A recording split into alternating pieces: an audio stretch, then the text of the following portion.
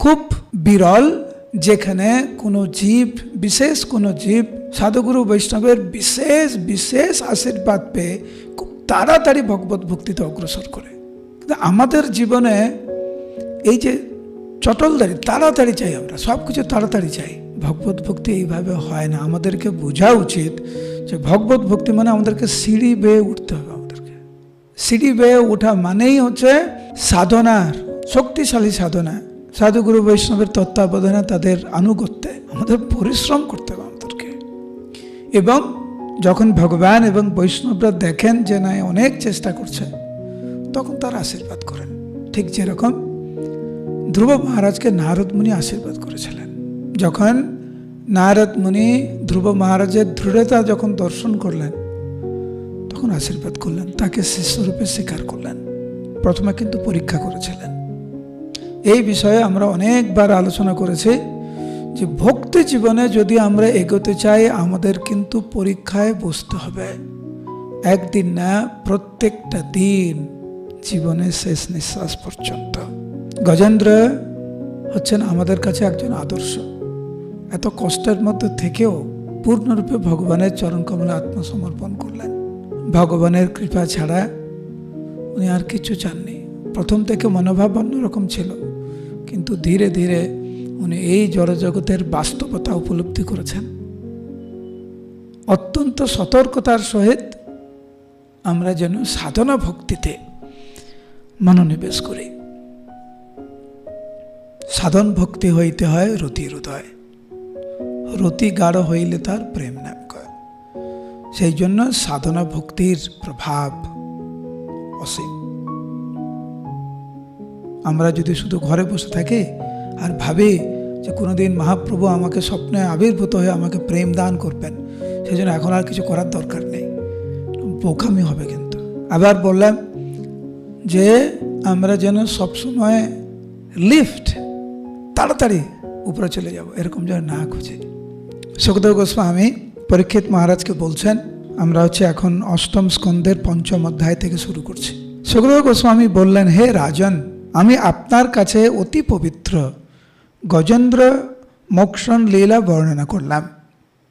ভগবানের এই লীলা শ্রবণ করার ফলে সমস্ত পাপ থেকে মুক্ত হওয়া যায়। এখন আমি রৈবত মনু সম্বন্ধে বর্ণনা করছি, শ্রবণ করুন। পরীক্ষিত মহারাজের ইচ্ছা ছিল যে ভগবান বিভিন্ন মনুর সময়ে কি কি লীলা করেছেন তা শ্রবণ করার ইচ্ছা। তো সুখদেব গোস্বামী বিভিন্ন মনুতে বিভিন্ন যে লীলা আছে, কিছু কিছু বিশেষ লীলা ওনার গুরুদেব পরীক্ষিত মহারাজকে উনি বর্ণনা করছেন। আমরা বলি না 10 অবতার, केशव धृत राम शरीर कूर्म शरीर नरहरि रूप इत्यादि इत्यादि। भगवान की शुद्ध 10টা अवतार আছে নাকি? না, ভগবানের অনন্ত রূপ, অনন্ত রূপম ব্রহ্ম সংহিতায় বর্ণনা করেছেন। তো এইখানে বর্ণনা করা হয়েছে যে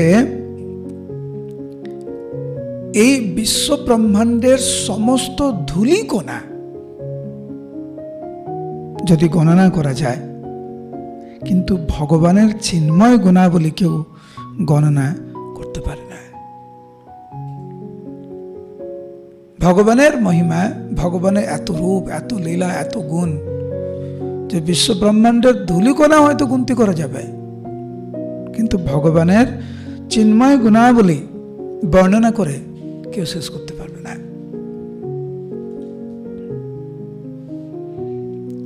তো সুখদেব গোস্বামী ভগবানের মহিমা বর্ণনা করতে গিয়ে ভগবানের কূর্ম অবতার শুধু প্রসঙ্গটি এনেছেন। উনি বলছেন যে কি করে ক্ষীর সমুদ্র মন্থন করে অজিত দেবতাদের জন্য অমৃত উৎপন্ন করেছিলেন। কূর্মরূপে তিনি বিশাল মন্দর পর্বতকে তার পৃষ্ঠে ধারণ করে ইতস্তত ভ্রমণ করেছিলেন। শাস্ত্রে বর্ণনা রয়েছে, আপনারা ভাবতে পারেন ভগবান কত কষ্ট করলেন। নিজের পিঠে বিরাট মন্দর পর্বতকে রেখে ভগবান কত সহ্য করেছেন। ভগবান যত লীলা করেন, আনন্দে লীলা করেন। মদ ভক্ত বিনোদার্থম করিষ্যে বিবিধ ক্রিয়া। নিজে আনন্দ পান আর ভক্তদেরকে আনন্দ প্রদান করেন। মন্দর পর্বত নিশ্চয়ই অনেক বড়, ভগবান হচ্ছে অসীম।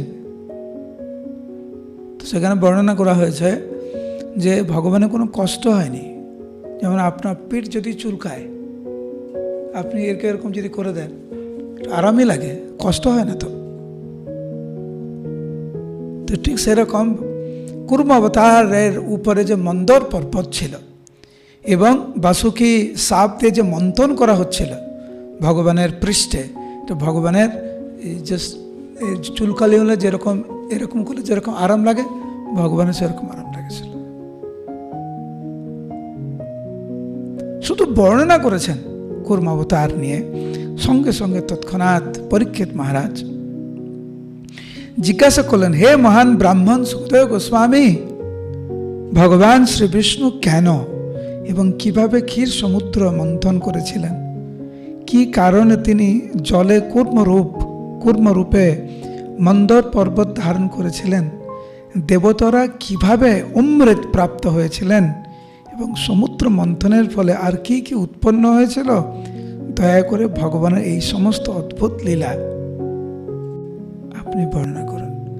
তো পরীক্ষিত মহারাজের 10 নম্বর শ্লোক দেখুন সুখদেব গোস্বামী, আর 11 আর 12 শ্লোক পরীক্ষিত মহারাজের মনোভাব। সুখদেব গোস্বামী 10 নম্বর শ্লোকে কি বললেন, আর পরীক্ষিত মহারাজ তো 11 নম্বর আর 12 নম্বর শ্লোকে উনি কতগুলো প্রশ্ন করলেন।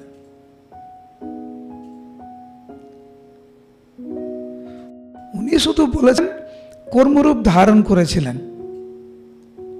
সেই প্রসঙ্গে পরীক্ষিত মহারাজ কতগুলো প্রশ্ন করলেন। এটা হচ্ছে ভগবানের লীলা কথা শ্রবণে যে কতটা উৎসাহিত ছিলেন পরীক্ষিত মহারাজ, তার প্রমাণ। বললাম না, আমরা সবসময় লিফট খুঁজি,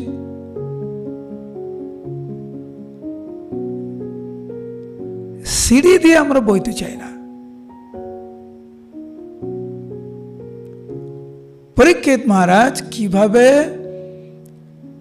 পূর্ণরূপে শ্রবণ এবং কীর্তনে জীবন উৎসর্গ করেছিলেন।